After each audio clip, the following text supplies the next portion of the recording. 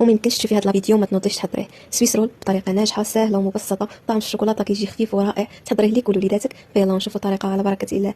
هنايا خديت علبه ديال الشونتي اللي ضفت عليها كاس ونص ديال الحليب اللي يكون بارد. بديت كنطرب الكريمه ديالي حتى تصبح القوام ديالها على هذا الشكل هكا. ضفت عليها معلقه ديال الشوكولاته اللي ذوبته. تقدروا ديروا حتى كريمه ديال اولا شوكولاته ديال الدهن. خلطت الشوكولاته مع ديك الكريمه وخديت الجينواز ديالي اللي حضرتها معكم في الفيديو السابق، سقيتها بشويه ديال الحليب وبديت كنوضع الكريمه ديالي. كنحاول انني نطيليها اولا نسرحها بطريقه اللي تجي متساويه وما نوصلش للجانب الاخير هكايا، باش ملي نكون كنرولي الكيك ديالي ما تخرجش ليا الكريمه. انا بديت كندور الكيك ديالي راه كيدور معكم بكل سهوله كيف ما هو موضح في الفيديو. حاولت انني نزيرها بهذا الشكل هكا ووضعت الكريمه على السطح، وخديت واحد الجزء من ورق الفران اللي طويته وقديت به السطح بهذا الشكل هكا باش تجي متساويه. دخلتها للثلاجه تشد راسها. في هذا الاثناء انا خديت 220 غرام ديال الشوكولاته اللي ضفت عليها ثلث كاس ديال الحليب وخلطتها مزيان حتى صبح القوام ديالها بهذا الشكل هكا، وبديت كنديرها فوق الكيك ديالي. هنايا التزيين كيبقى اختياري. انا هنا درت خطوط ديال الشوكولا وضفت هنا شويه ديال الكريمه من فوق اللي تبقات لي، وخليتها في الثلاجه شدت راسها عاد قطعتها وقدمتها بالصحه والراحه.